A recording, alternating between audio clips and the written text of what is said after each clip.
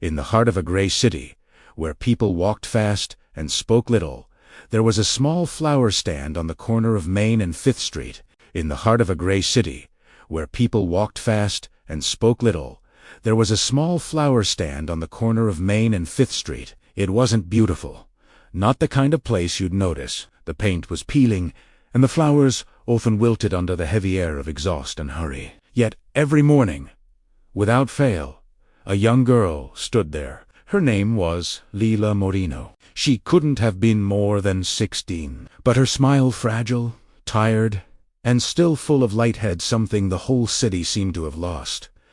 She didn't just sell flowers, she sold kindness. When a man in a suit dropped his change, she'd pick it up and wish him a good day. When a woman cried into her phone, Lila offered a daisy for free. And when an old veteran passed by every afternoon, she set aside a rose red, always reddened, never let him pay. People called her the girl who sold kindness.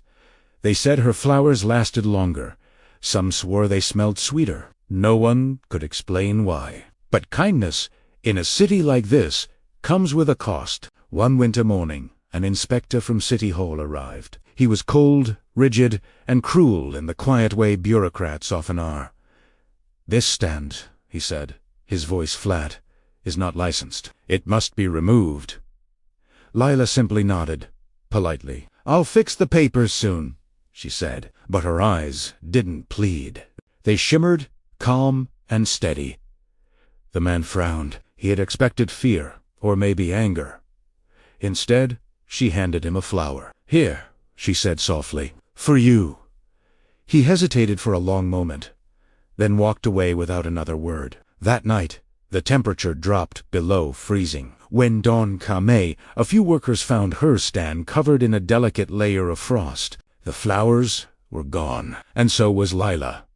All that remained was a single note, pinned to the wooden counter with a stem of lavender. It read, "You can't own kindness, you can only pass it on."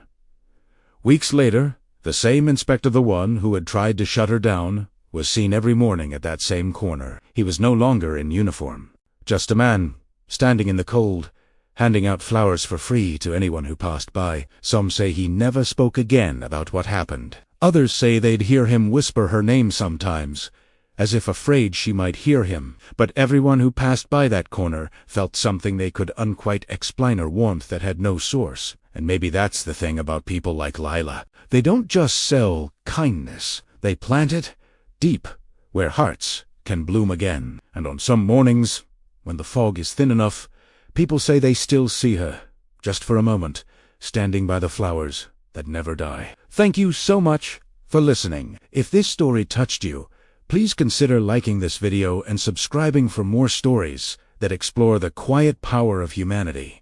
Until next time.